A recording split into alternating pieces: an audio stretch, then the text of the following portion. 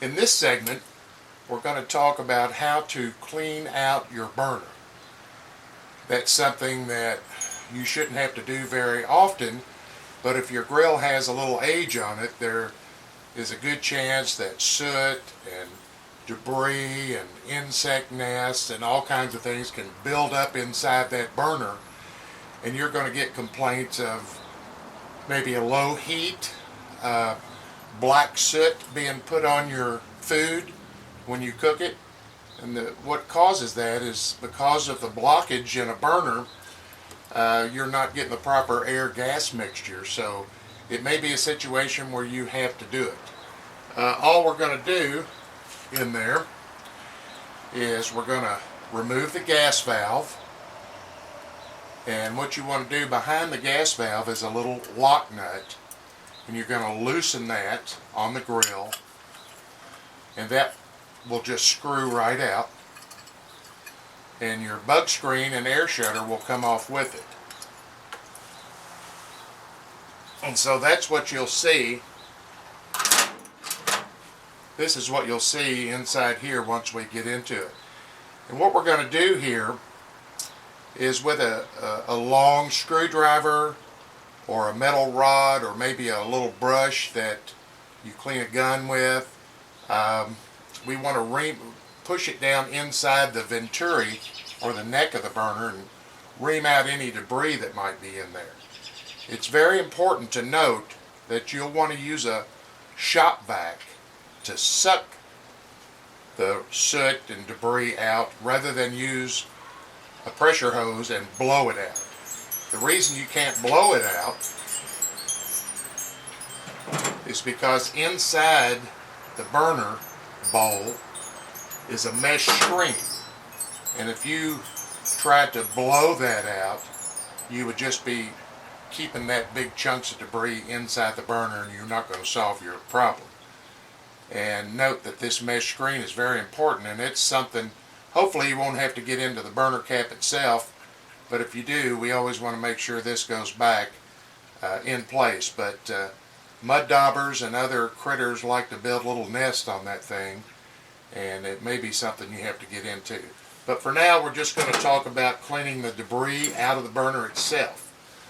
So, first thing you want to do is turn all your gas off, as you always do when you're working on any gas grill. Make sure everything's off, whether it's natural gas or propane. You're going to remove your gas knob. Some of them have a little set screw in there, and you'll need the little Allen wrench that came with your grill to remove it. Some of the other ones just pull right off. Then you'll want to remove the 4 screws that hold the control panel on. You'll see we've got an igniter wire back there. We'll want to disconnect that. Set the control panel aside. Now once your gas has been turned off, for sure, check it, make sure it's off. Then you'll want to take your regulator hose off so that you can get into the burner. So first thing I'll do is disconnect my regulator hose from the tank, and then using a pair of channel locks and a small adjustable wrench, I'll disconnect the regulator hose. First, note the position of your air shutter. You'll want to try to put it back the same way. If your flame has been performing well for you and you like the way it's set. So I notice these lines are going at the 6 o'clock or the 12 o'clock and the 6 o'clock position straight up and down, so I'll remember that when I put it back together. So the first thing I'll do is grab the neck of the gas valve with the channel locks to keep it from moving.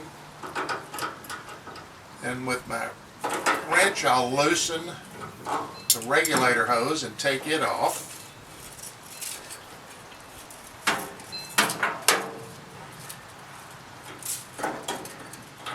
Take that off and set it aside.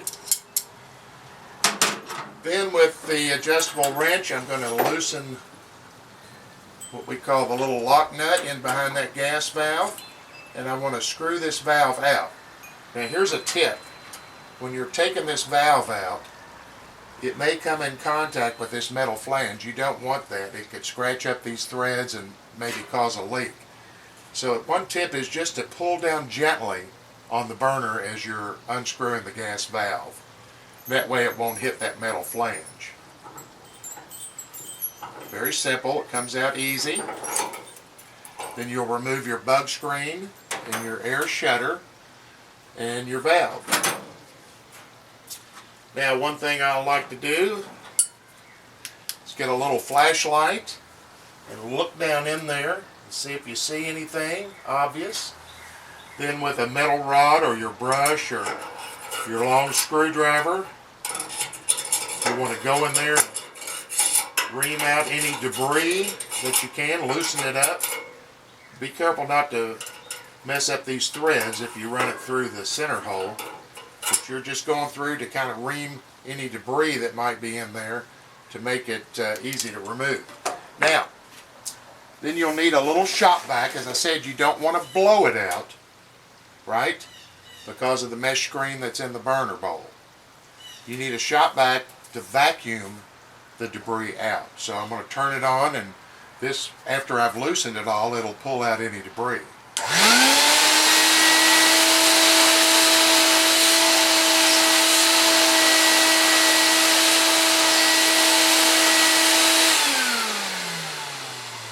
So that's very simple operation, but just keep in mind you want to vacuum it out, not blow it out.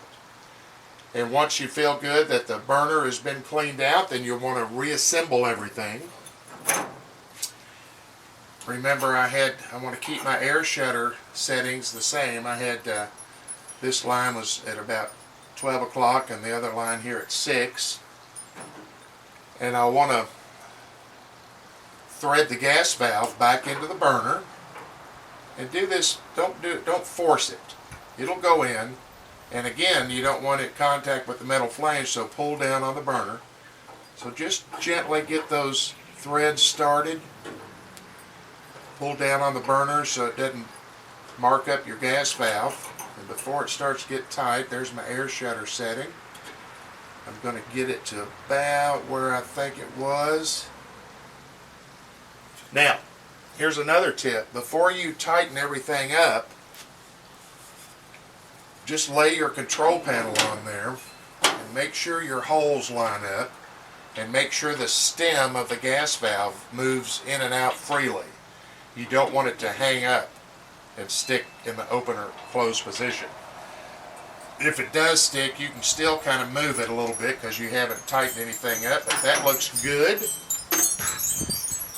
Now what I'm going to do now is tighten up the little, I'm going to hold the valve so it doesn't move, and I'm going to tighten up the lock nut to secure that valve in place.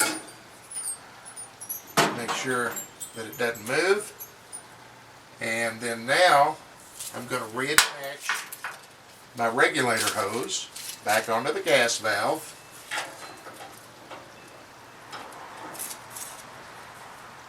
Just the same way, start it straight, don't force it on. It'll go. Sometimes it takes a second to get it started. Okay, don't force it on. Now you want to hand tighten that regulator back onto the gas valve.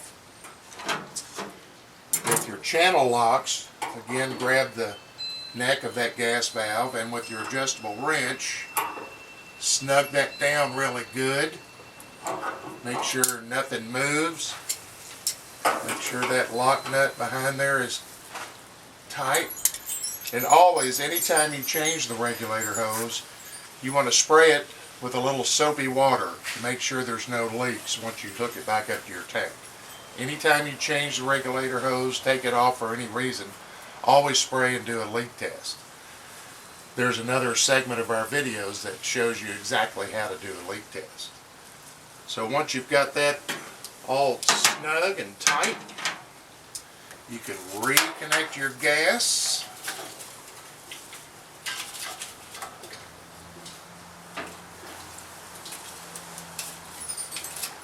Get that good and tight. And if you're ready to cook, you can slowly open the gas tank all the way.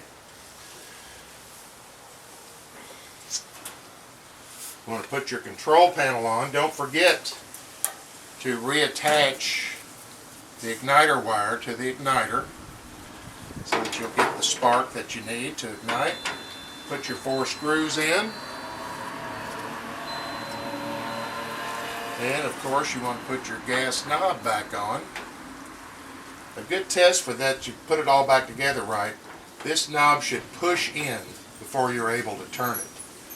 If you can just walk up to it and turn it without pushing in on it, then it's not put together right, something's sticking. So you push in and turn it. Give it a click, you're ready to go. And that's how you clean out the burner in a Holland grill.